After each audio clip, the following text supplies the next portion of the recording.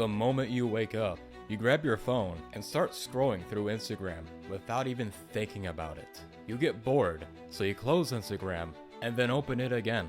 You switch to Facebook, you switch to Twitter, and you mindlessly scroll on TikTok. Ads and notifications flood in, shrinking your attention span as you come across an ad for a fridge that has a fucking screen built into it. TikTok autoplays the next video for you, and soon you can't focus on anything for more than a minute as you distract yourself more and more. You start dopamine stacking by scrolling through other apps while listening to YouTube videos. Eventually, you watch multiple videos at once because you get bored easier. Your focus, which is the most essential skill to succeed in life, has been stolen from you. And I bet you're already scrolling to the other videos while listening to this. Your brain is suffering and rotting away from all of this. So I challenge you to try and sit down and make it through this entire video without scrolling. So I'm just another guy with an iPhone like everybody else. Why should you even listen to me? Well, I used to be the person who was just addicted to media and entertainment. Unable to stop watching YouTube shorts and reels, constantly checking my notifications. Things got worse for me. I started to isolate myself and play video games until like 4 in the morning. I didn't like my life, and the only thing that brought me comfort was distracting myself away from my own reality that I hated. I didn't realize it then, but this behavior was poisoning my life. I developed this constant need for instant reward, which affected my habits outside of my phone. Now, this could be the reason why you struggle with eating junk food or low motivation to go to the gym or take that step towards doing something with yourself. It all links to your phone and media addiction. I began craving junk food to try and keep myself feeling satisfied. Like, not even joking. I would go out to my fridge at like 2 in the morning, make myself this big bowl of ice cream, and then just start stacking more crap and sugar on it like Oreos. And then feeling like garbage, I would just go to bed just to restart the next day. I was losing control over myself. And this could be happening to you without realizing it. You begin to lose control over other aspects of your life beyond your phone, such as your daily eating habits, your mood, interactions with others, and overall energy levels throughout the day. This loss of control is a symptom of a deeper issue, the unwillingness to face your own reality. So you enter a fake one. But in the back of your mind, you know you should be doing more, but you just want to escape from yourself, which brings you temporary relief, but in the long term, brings you pain. Now, there's another problem here. You're probably expecting me to say you have to delete social media from your phone and live like a monk or something. But having a phone with us today is just unavoidable. And simply trying to refrain yourself from social media just isn't realistic anymore. It's everywhere, and whether you like it or not, it's here to stay. So I took a different approach to this. First, let me tell you, the problem isn't your phone. It's the way you're using it. Using all of these app blockers is just completely freaking stupid. I've tried them and they don't work for me. You'll install it for a day, get tired of it quickly, and just remove the app blocker from your phone and get sucked right back into consuming loads of garbage again.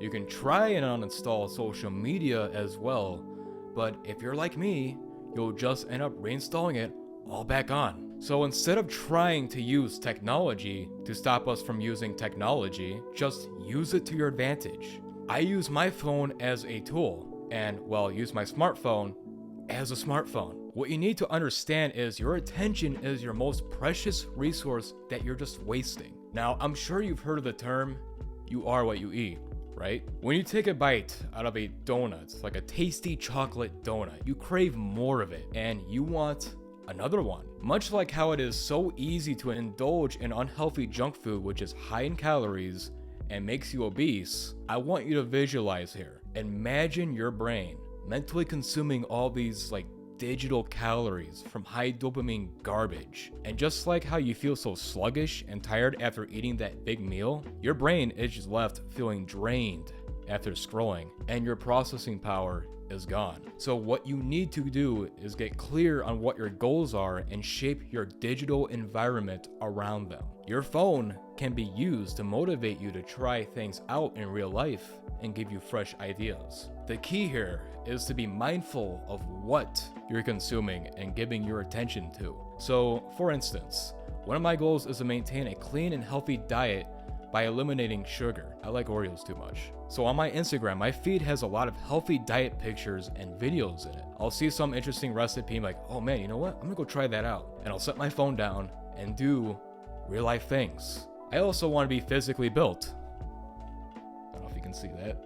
So I follow gym content and I see this new exercise that I want to go out and try. This shows how your phone and the content that you consume from it has a direct influence on the way you think and your choices. Aston University research supports this. There was one group of people who were asked to follow pages about healthy foods and eating, and then a second control group was asked to follow interior design pages. And as it turns out, the group that followed healthy eating habits ate an extra 1.4 portions of fruits and vegetables per day. So unfollowing all of the pointless pages that don't really serve you and bring you any real meaning in life, and just replacing them with pages that align and remind you of your goals is a good way to start. This way, you learn something every time you're on your phone, and it forces you to start paying attention to your real life and your habits, promoting you to build a life that you don't need to distract yourself from.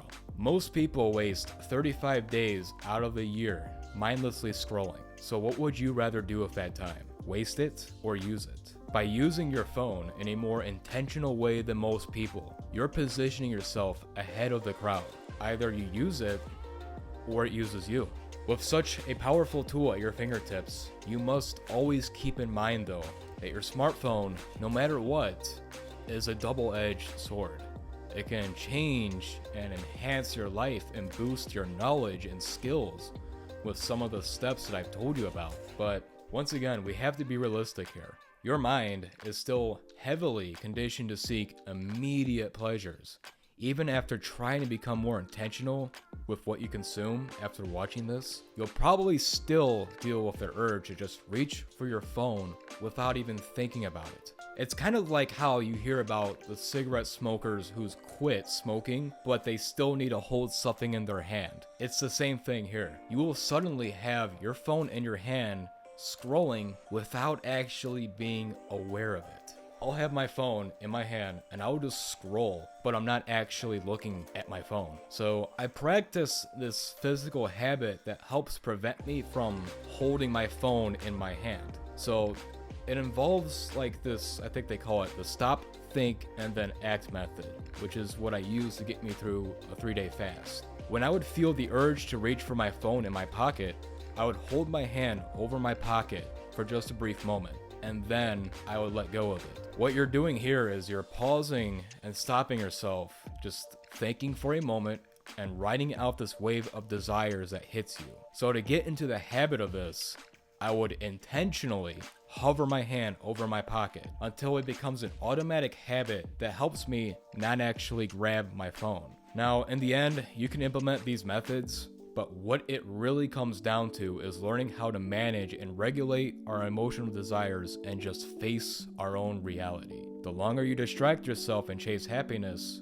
pleasure, instant reward, and false realities, the more and more you will avoid your problems in life, which is what's causing you to be stuck in this never-ending cycle until the day that you die. So become aware of it and take control of it.